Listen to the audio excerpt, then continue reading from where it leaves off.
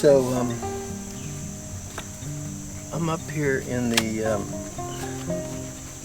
Withlacochee State Forest.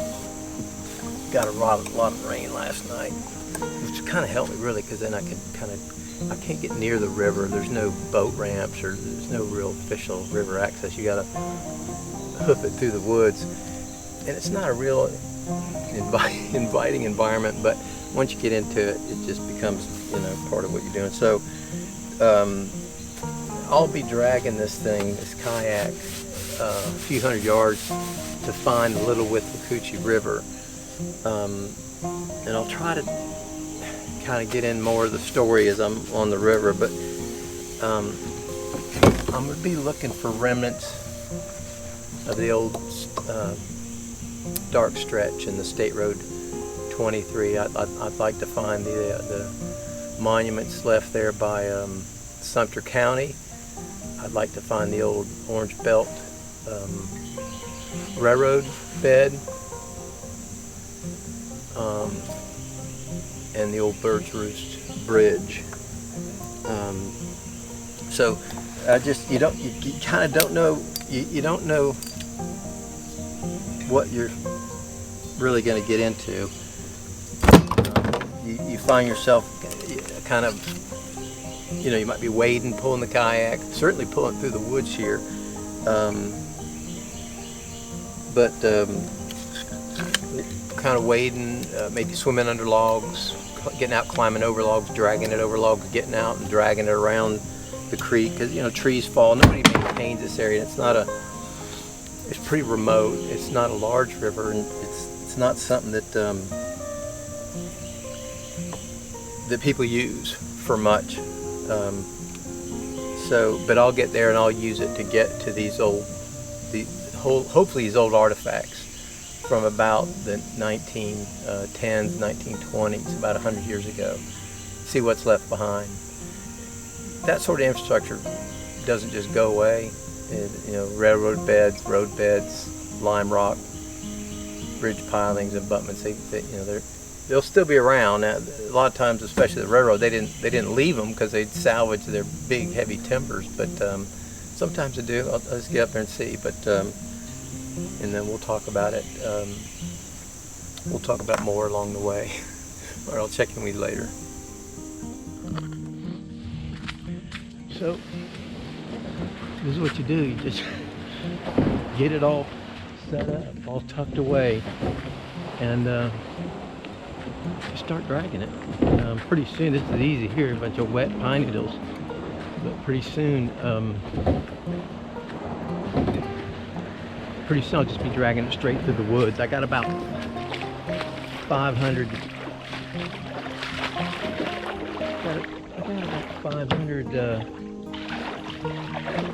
I think about 500 feet to do through the woods, but it's fairly open. You start getting into a bunch of vines, a lot of briar, something they call it's called devil's tongue. It's pretty nasty. So then you just got to get a machete in one hand and the pull rope in the other, and just keep pushing forward. This is actually a little forest road I'm on now, but you can tell leading to the river. Look at the flow over that from last night's real heavy rain. But that's helpful. I'll be dragging it over, kind of dark, dry ground right now. It's flowing like a river right over the road. It's about 3 inches deep. That's good, it makes it easy to transport, but also gives me a sense of direction that I am heading to the river. Because you don't know. You just don't know sometimes.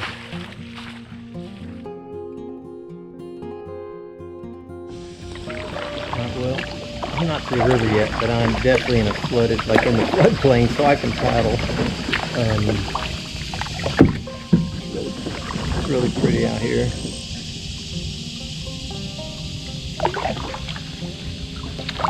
I'm seeing the remnants of barbed wire, but I'm not seeing any posted symbols, so I don't know. This is a road. The barbed wire didn't cross this road, that's for sure. I don't know if the road's still under here or not. The water's getting kind of dark, but I can see the river ahead. I'm hoping. because this is my second attempt. I can't remember. Sometimes I can't remember what all I've said. Boy, look at that cross current now. Yeah, this is definitely cross current now. So I'm in the river. And I learned last time, follow those. I didn't make it last time. I just ran out of time. It took me 3 hours to go about 1.5 miles. And then 2 hours to get back out. And the camera, it appears light. I guess it just keeps changing the film speed as you go. But look, there's the other side. There's dry ground over there. So this was an old ford. This road I'm on. I mean, yeah, certainly in the winter there's four-wheel drives probably drive right now, but in the winter certainly you could drive through here. And that's the way they did it. You know, that's the way that group that left Sarasota for Eustis, there was no bridge then. I mean, the cars had just come online. So they would drive wagons through the, you know, at low water, and if it wasn't, they just had to go find a different route. So I'm definitely in the river. I've crossed all the way other side to the to dry ground. Almost looks like pasture over there or something. But so I'm east of that Riverland Road, the old State Road 23, and so I'm going to approach it from the east this time. I approached it from the west last time, and I just got bogged down, and I might have missed the. Look, I'm drifting. It's pretty good rain. I may have missed the flow line, but I was pretty much. I mean, I was pretty whipped, and it was getting late. So this wire here, they don't have a gate. This must be the pasture land to the north. So I'll get on out, but it's been a long time. I mean, it's ate into these trees, these gum trees. It's been there a long time. But so I'm going to head on with the flow. Hopefully I can make it. I'm going to try to find those old remnants.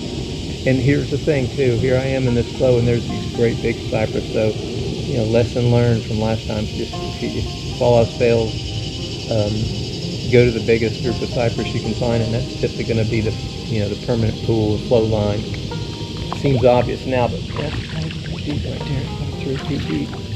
But all right, so I'm going to keep on going, and hopefully we'll see what we find. All right, I'll check in with you later. Go.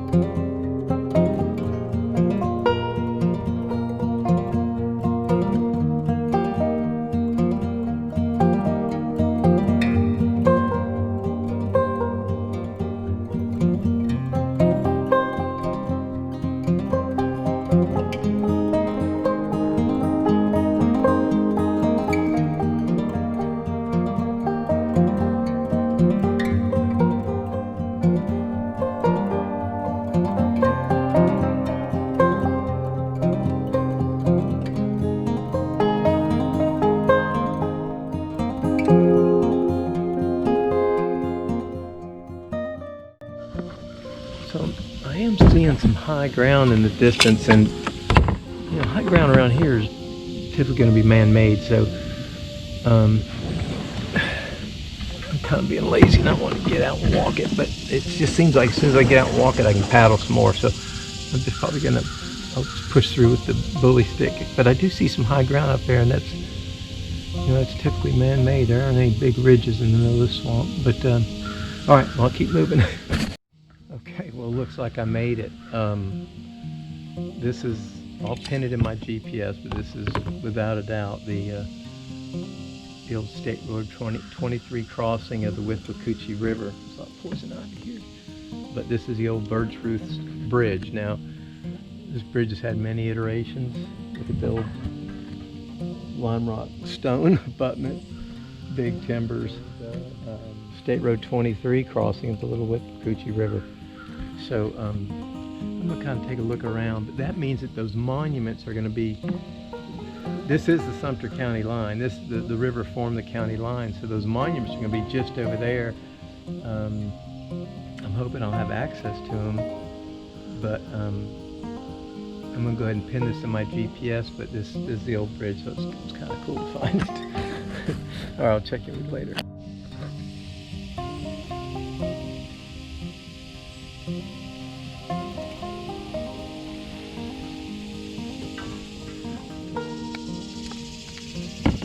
Well, this is something else, I'll tell you, because this is more than I ever expected. I'm at the north abutment now, and those monuments are right here. I just want you to see this.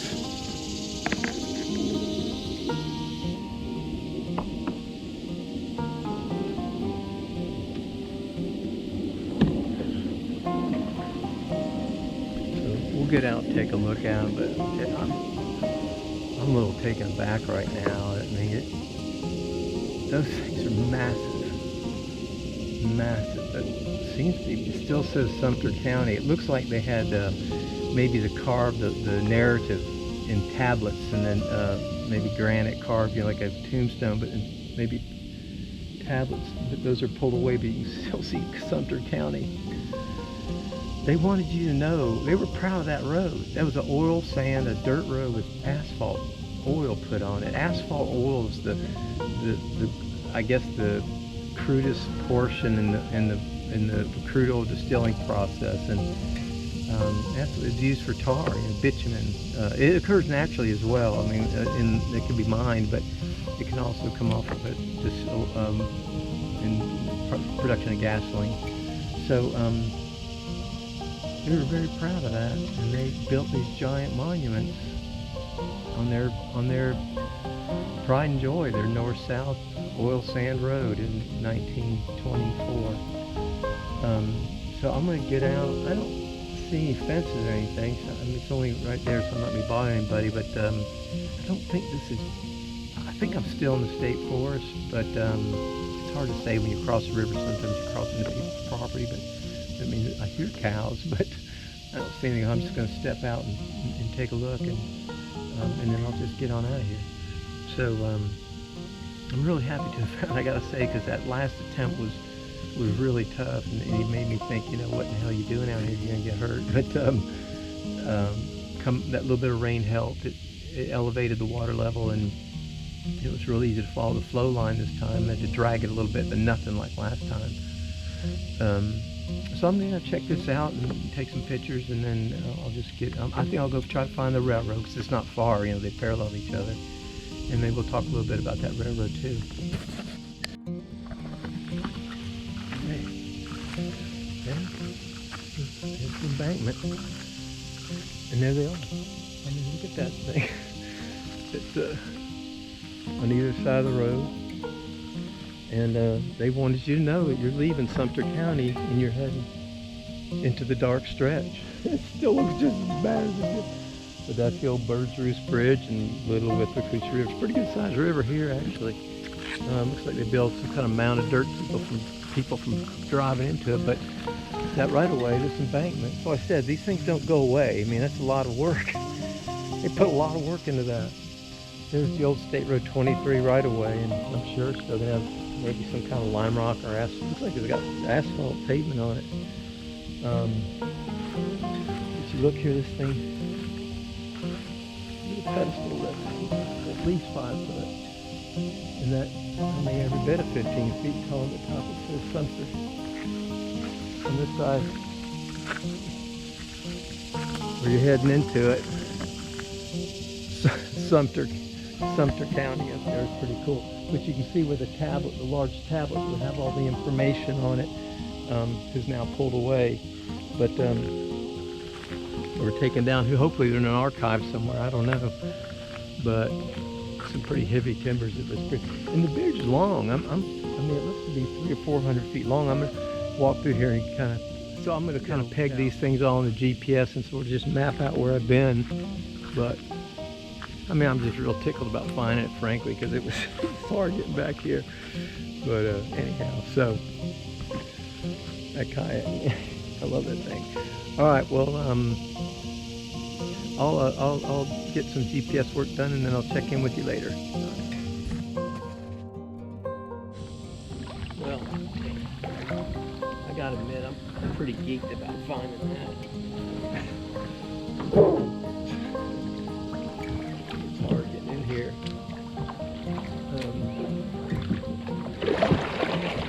So I'm going to pass on through this bridge here, and we'll go find the, since we're on a roll, we'll go see if we can't find that,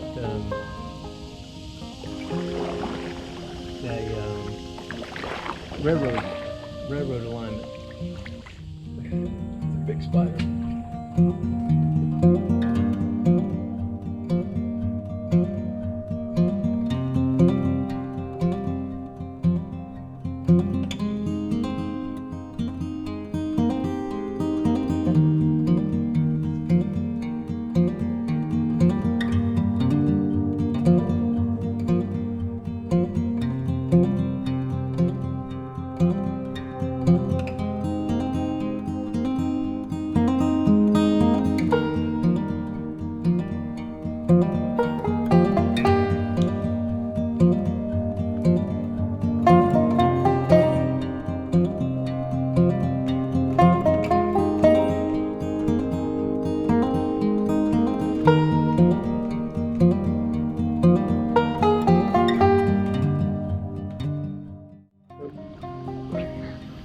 Had to use this knife just to get some of that that devil's tongue. It's a real prickly vine that was caught over the kayak, just come right up on me.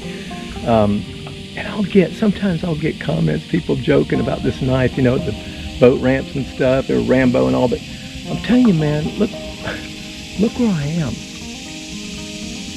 I mean, I wish I had a 40 caliber Smith & Wesson, frankly. There's nobody in here to come get you, and if you step in the wrong hole, or you know, around a stump of one of these big cypress trees, and you know, a nesting gator gets a hold of you, it's going to take something to convince them. And but I don't know, I ain't going down without a fight, and there ain't nobody coming in to get you. But I'm pretty far downstream of that bridge, and I keep coming across these remnants, these big timbers that I guess have busted loose over time and just got lodged in these cypress knees, just like I do. But here's that vine, man. That stuff is just rough, and I had it crossing right over my lap, so I was glad to have that knife then. But I'm gonna keep going till I find that. It's not far, but you don't go very fast out here. Till I find that railroad right away. That'd be cool. Hopefully the trellis is there. I don't know. I found what I think was a railroad right away on the last trip, but I don't know if that was it or not. I'll have to check that. I need to pin it on the GPS, and I'll check it. But all right, so I'm just gonna get something to eat real quick, and then push on to the west. I'll talk to you later.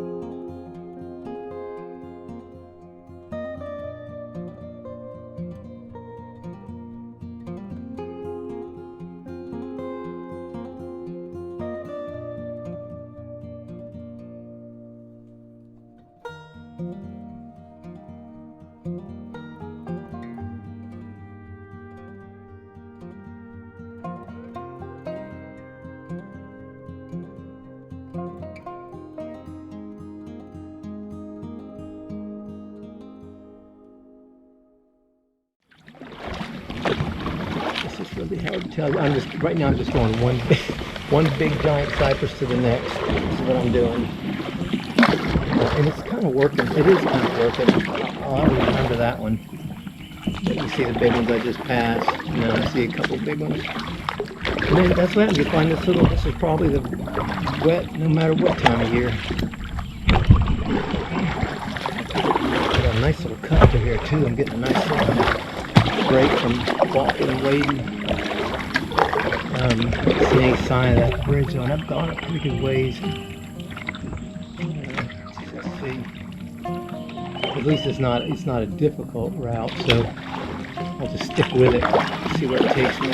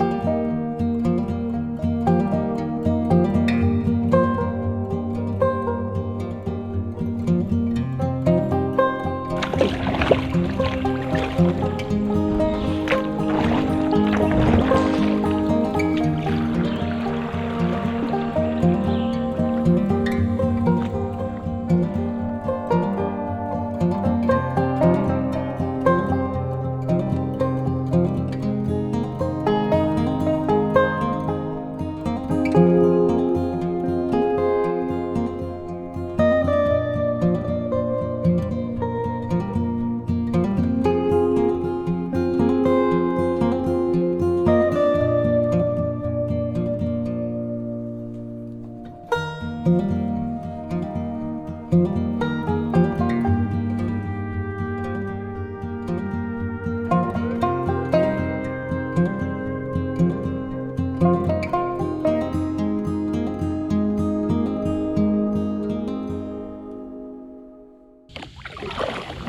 to GPS, I overshot the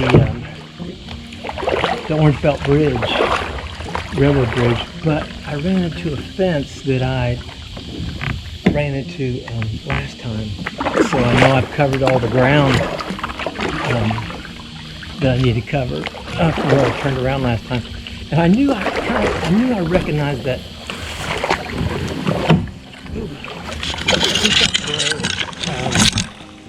Where I turned around, so I guess I missed the abutment. I remember seeing it.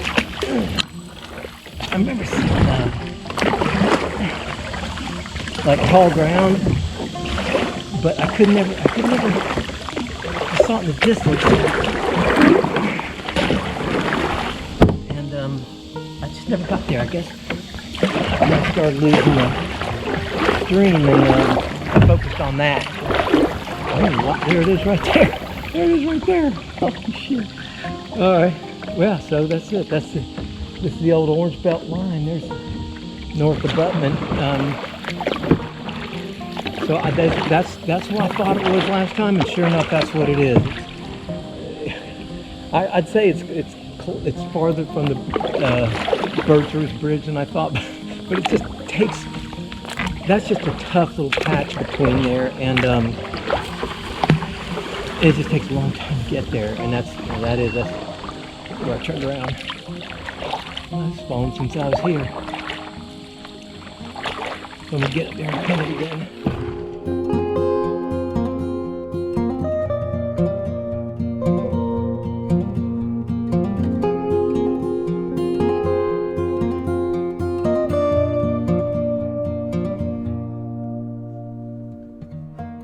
Yeah, this is the place I was last time. There's a fellow's deer stand, and that is this is the old alignment to the Orange Belt Railroad. I'm gonna sit here and have lunch, and but the Orange Belt Railroad's an interesting story in itself.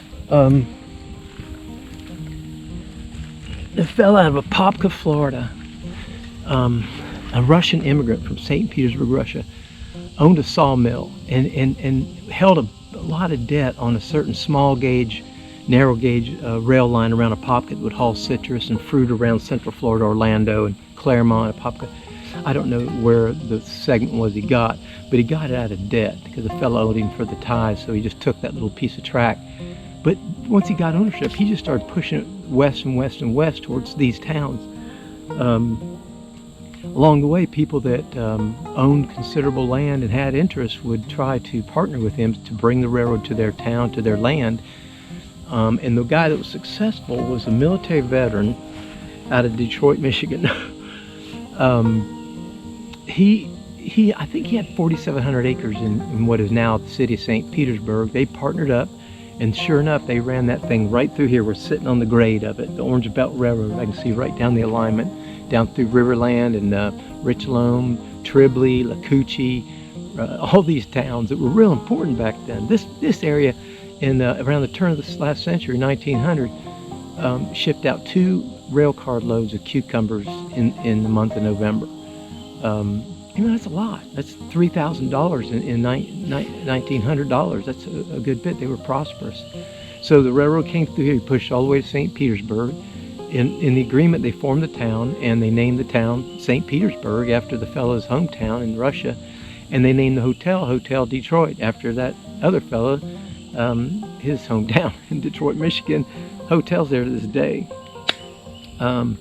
So anyhow, that's how Detroit got in the map. That's the story of the Orange Belt Railroad. After that, the Florida Coastline Railroad bought it and operated it for a good while. Now, of course, it's gone. They pulled up the rails, pulled up the ties. Looks like they pulled up all their intermediate bents. We're sitting on the end bent here, this big creosote abutment here, but they've pulled up all their pilings. I might paddle out there and see if I see a couple, but these would still be here if they didn't want them. I'm certain they came and got them when they decommissioned the railroad just for the timber. But so I'm just gonna eat some lunch real quick. I found everything I need to find. This stuff's 100 years old. I just think it's really cool. These old stories.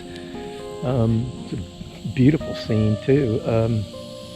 I'm just gonna eat some lunch and then head on back. All right, I'll check in with you later.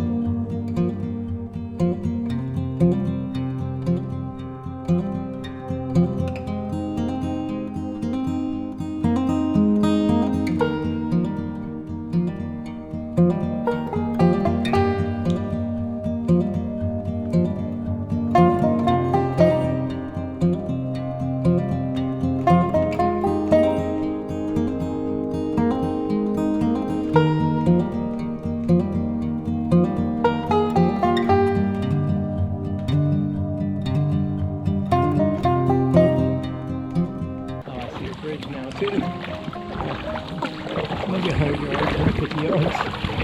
So I'm running late. You get so turned around. I mean, I'm looking at I got an electronic compass, and you got to be moving for it to register. So when you're really bogged down, it can give you all kinds of crazy numbers. Sometimes I don't trust it, but it was right. I was just, you get so turned around, and you swear you're right, you know, but I'm at that wire fence now. I gotta figure out how I got through that last time and get back there. That's not easy too. You got a current, you got all this stuff in the way. I don't want to invent a route either. Let's see about this. Alright, I better figure this out. GoPro, stop.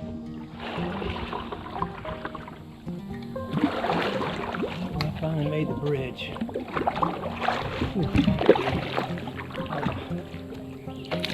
That's tough. I got far to the car. I don't remember when that was.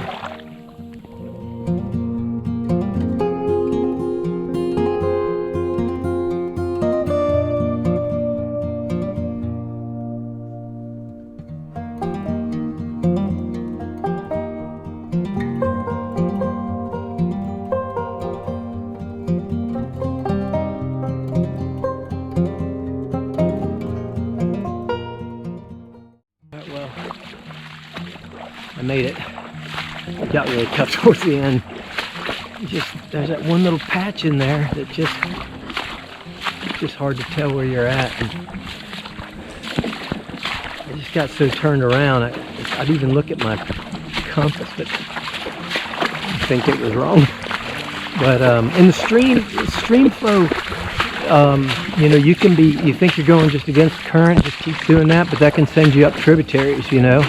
And that happened once where I just kind of zoned out and started to keep following the stream flow. Sort of forgot about my big cypress stumps, and you know, ended up in some flat. And that's the problem. It just flattens out. Suddenly the current stops, and just kind of cypress knees and little thin bays, and but I'm definitely. This gets deep right here.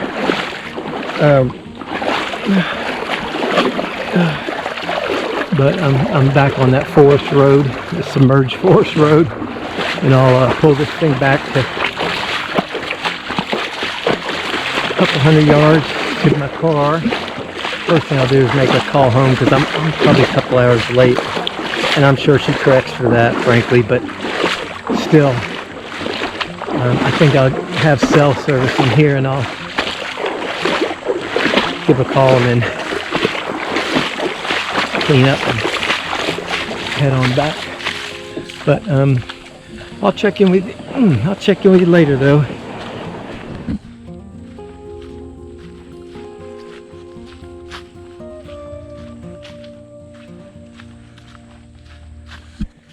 So here's this door here. We'll just go look inside. One scoopy.